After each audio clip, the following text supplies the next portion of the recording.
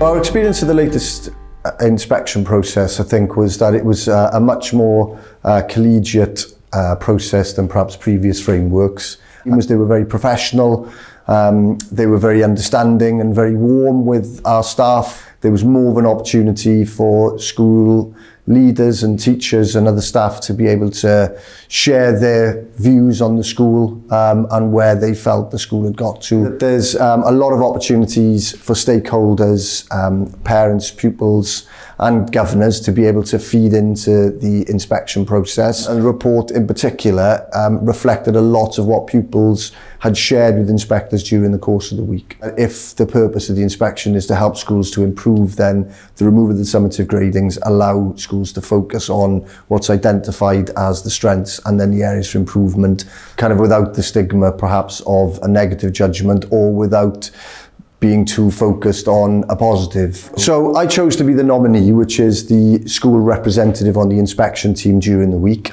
And I chose to do that as head teacher because I felt it would allow me to hear the feedback behind what was going to be in the report as the discussions were taking place.